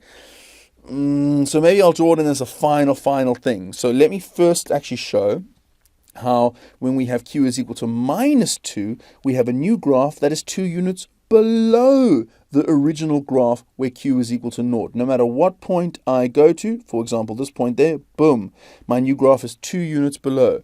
Boom, my new graph is 2 units below. Or over on this side, whoop, boom, whoop, 2 units below. Or here, whoop, boom, 2 units below. And this is also the same for the asymptote, guys. Look, there's the asymptote, y equals 0, 2 units down, boom, y equals minus 2 over there. 2 units down, boom, y is equal to minus 2 over there. And that is, of course, the same for the axes of symmetry as well. Now, I'm going to draw in some axes of symmetry here. And I hope that it's not going to look too nasty. If it looks too nasty, I'm going to retreat from the idea. So let me draw in one axis of symmetry here. doesn't look too bad, does it? I mean, I think that we can still understand what's going on in this function. This is the axis of symmetry. Y is equal to x, okay? A positive x, and this is for our OG function over here, okay? Where y was equal to 4 over x. This guy right over there, where the q value is 0, and hence the asymptote was y equals 0. So the q value was 0, and the asymptote was y equals 0. Okay, now I'm going to draw the new axis of symmetry for my blue graph, and I hope it's not going to end up looking too nasty, but it's basically right over here. Let me just go through that, boomski there, and let me go through these guys over here. Okay, it's looking okay so far. Here's my new axis of symmetry. Now, this axis of symmetry, the gradient doesn't change. So the gradient is still an invisible positive 1 over there. So it's still y equals x, but now my c value is not a plus 0 anymore. It doesn't go through the origin anymore. Now it goes through, what does it go through? It goes through this point over here, which is the y value 3. So the y-intercept is now at 3. In other words, y is equal to x plus 3 is the new equation of my axis of symmetry over there. Oh, I wonder if it's a coincidence that my asymptote is y equals 3 and my axis of symmetry is y equals x plus 3 now that my q is a positive 3. Okay, I wonder. What else shall we do? Let's compare that to the axis of symmetry where for our for our orange graph over here where q is equal to -2. Okay, I'm going to draw the positive axis of symmetry once again, and it will go through this point now, and it will go boop, boop, boop, boop, boop, boop, boop, boop, boop, boop, boop, like that. Let me just do the other side. Boopity, boopity, boopity, boop, boopity, boop, boop, boopity, boop, boop, boopity, boops, over there. And this now has the equation, whoa, now we're getting messy. Y is equal to a positive 1x, but now -2. Look where it goes through, guys. It goes through the y-axis at -2. The gradient did not change. It's still positive 1, but now that's a -2 because that c value is the y value of my y-intercept. And oh, what a surprise. Now that q is equal to -2, not only is my asymptote y equals -2, but my axis of symmetry is 1x -2 over there. And I'm not going to draw them in, guys, because it's going to get ridiculously messy if I do. But if I had to draw in other axes of symmetry, you will see that, let me just write what they are. You will see that their equations would be y is equal to -x plus a 3. Oh, what a surprise. Q value of +3, and I have a +3 now. Whereas my original axis of symmetry, the negative version for my original graph y is equal to 4 over x, that would just be a boring old y is equal to -x with an invisible +0. Oh, hello. Whereas my axis of symmetry for my orange graph, y is equal to 4 over x -2. That would be y is equal to -x. Oh, what do you know? -2. There's that q value once again. Okay. Yeah. So let's keep reading on over here. So we should also notice that the equation of the horizontal asymptote for the hyperbola with q is equal to +3 is y is equal to 3. We've noticed that, while the equation of the horizontal asymptote for the hyperbola with q is equal to -2 is y is equal to -2. We noticed that. Furthermore, the equations for the axes of symmetry of the hyperbola with q is equal to 3 are now y is equal to x plus 3 and y is equal to x minus 3. We've just seen that. While the equations for the axes of symmetry of the hyperbola with q is equal to -2 are now y is equal to x minus 2 and y equals -x minus 2. Did I make sure to do that? Yes, I did. Okay. So the q value looks like it shifts the whole graph up or down depending on if the q value is positive or negative, and that shifting up or down includes the asymptote, the horizontal asymptote, and the axis of symmetry, both of them, the axes of symmetry. Okay. Now, finally, it is valuable for us to notice that the hyperbolas with q not equal to 0 have an x-intercept. Hey, let's check that out, guys. Okay, woo. So here was my blue one, if you can still see it through this crazy mess. And please notice that it has an axis of symmetry, it has an x-intercept, sorry, it has an x-intercept over there. Just like my new orange graph over there also has an x-intercept. So that shows that when q is not equal to 0, we have an x-intercept.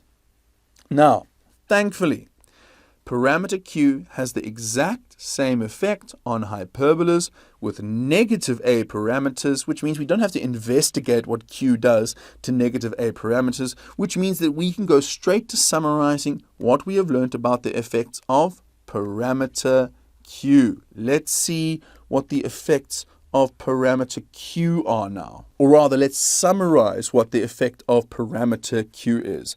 What is the effect of parameter q if q is a positive number? In other words, if q is greater than 0, well then the entire graph, everything included, asymptotes and axes of symmetry, is translated, that is a fancy pants word for shifted, is translated q units up, okay?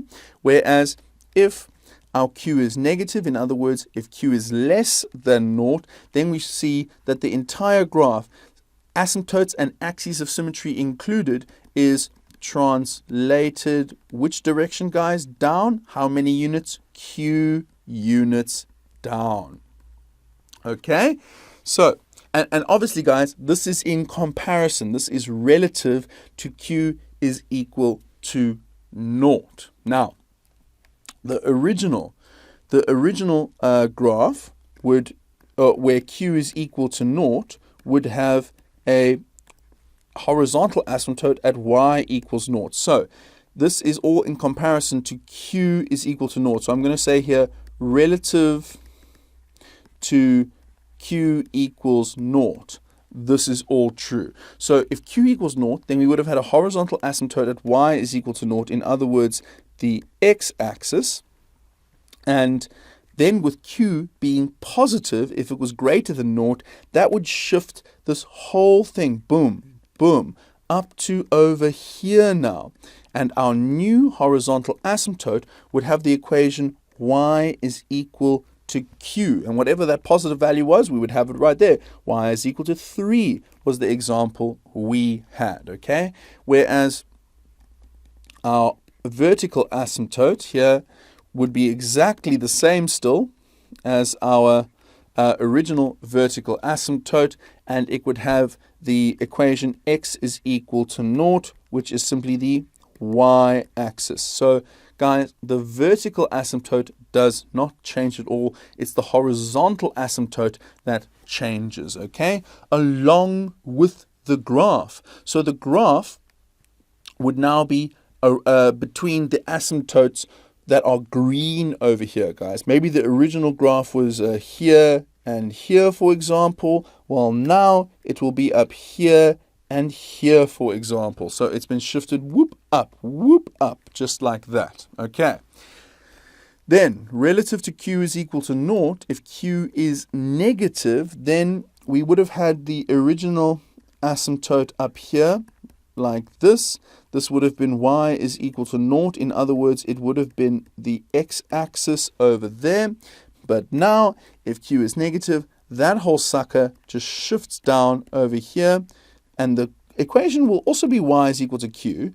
But remember, guys, you will just take the q value straight from the equation of the function and slap it right there. And if the q value was negative in the function, it will be negative there as well. So, whoop, whoop, the horizontal asymptote would have shifted down q units, okay? Just like if q is positive, it would shift up q units. Now it shifts down q units.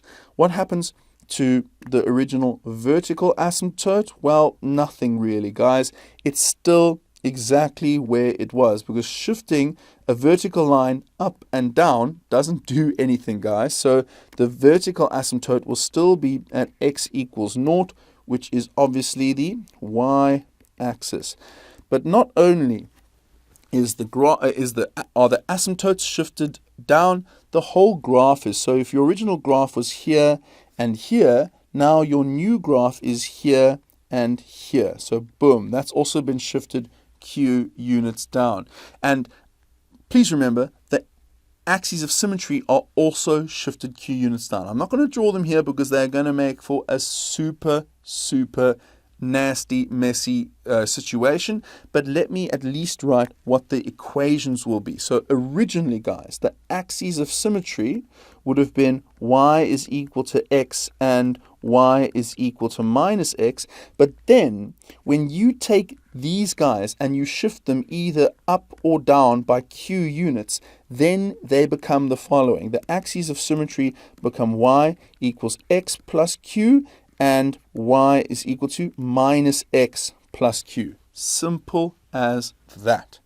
And that's the summary of what happens when we have a q value that is not 0. And now with both parameters having been investigated, we can now go to the big overall summary of the properties for y is equal to a over x plus q. So here we go, the summary of the properties for y is equal to a over x plus q.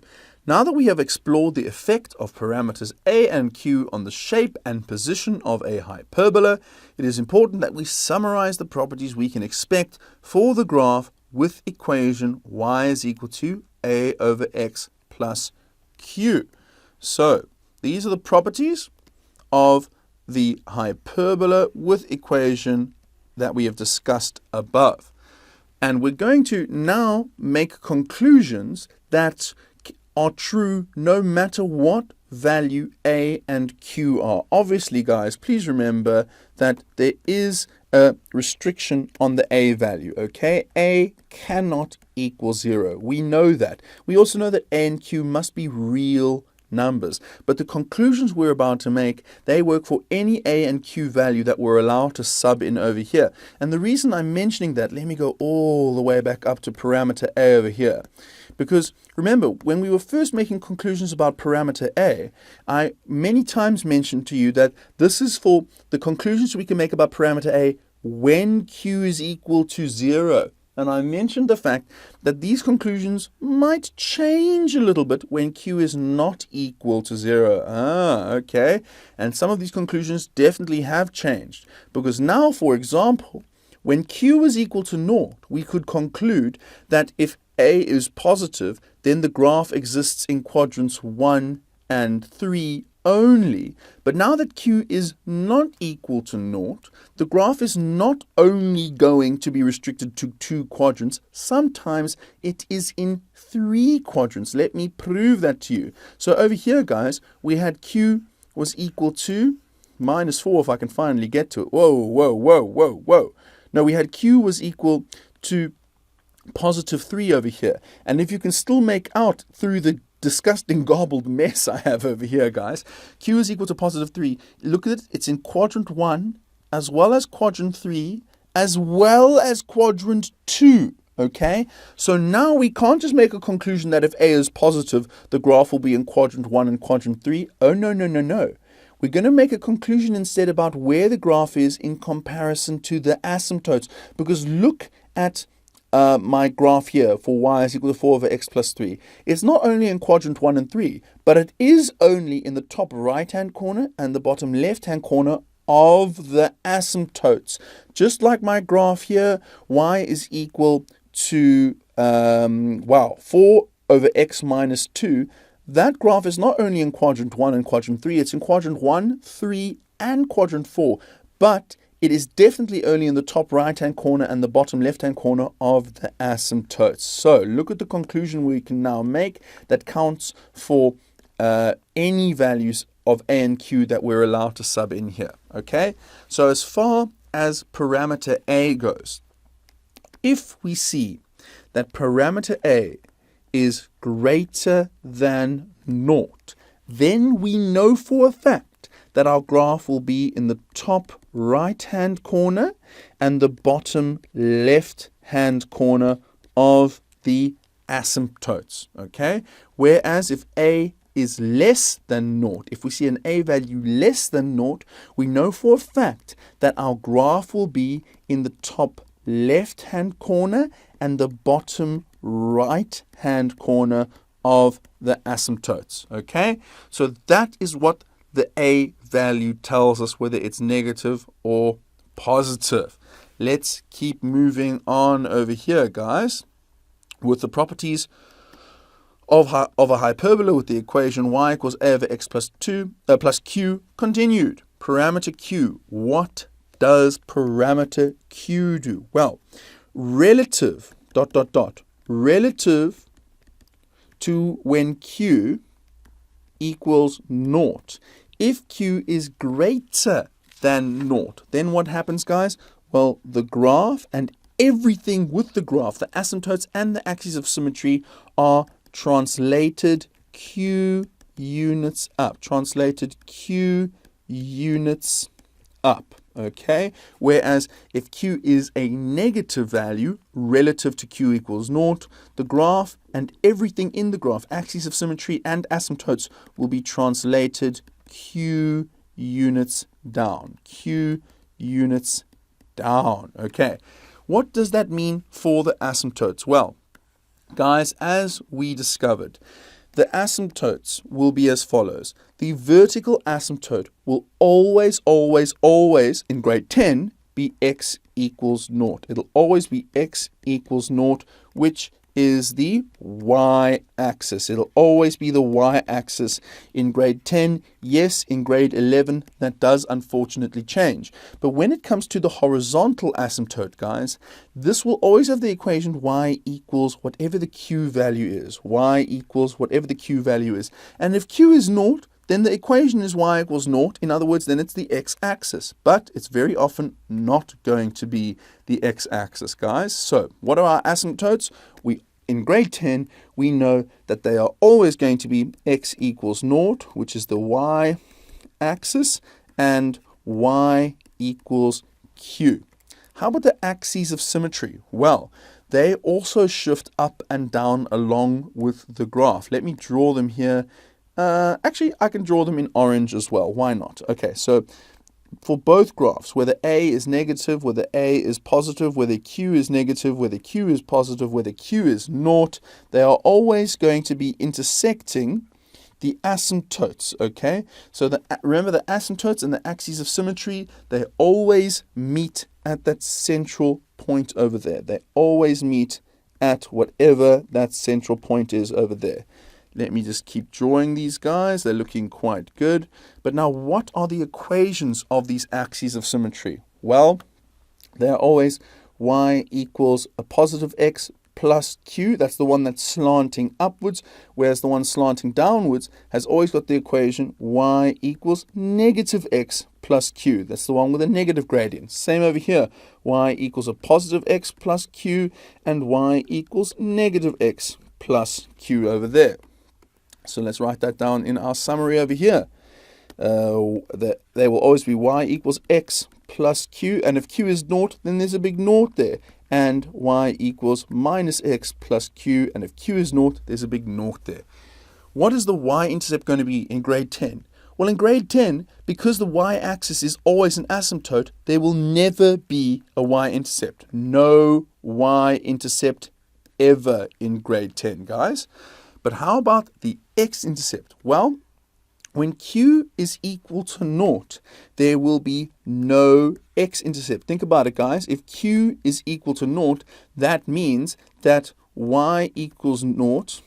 In other words, the x-axis would be the asymptote. It would be our horizontal asymptote. And if the horizontal asymptote is the x-axis, then there can't be an x-intercept. However, when q is not equal to naught, we will have one x-intercept. And how do we find that? We would let y equal naught, and we would solve for x. Okay. Last but not least, how about our domain and range? Well, remember, guys, domain are all the x values that we're allowed to have. And in a situation where the asymptote for all grade 10 hyperbolas is x equals naught, or at least the vertical asymptote is always x equals 0. The domain, the x values that we're allowed to have are x is allowed to be anything. X is the element of the real number set, except for x equals 0. So x is not allowed to equal 0. Whereas when it comes to the range, the y values that the graph is allowed to be, y can be anything. Y is the element of the real number set, except y cannot equal 2. Now don't say 0, guys, because the asymptote, the horizontal asymptote, won't automatically be y equals 0.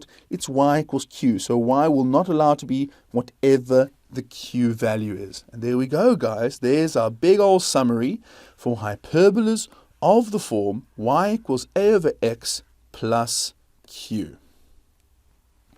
Sure, there you have it. I told you that that was going to be a bit of a longer lesson, but that's because we thoroughly investigated those parameters a and q for hyperbolic functions of the form y equals to a over x plus q.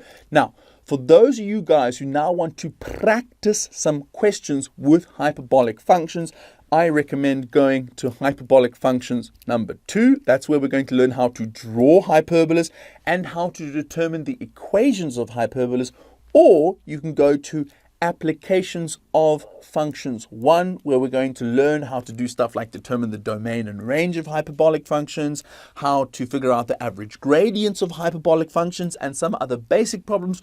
Or you can even go to relationships between functions numero uno, where you're going to learn crazy stuff like the intercepts between hyperbolas and other graphs, or the vertical distances between hyperbolas and other graphs. Okay, but I'm getting ahead of myself because that's all in the future. This is now, and for now, we're done.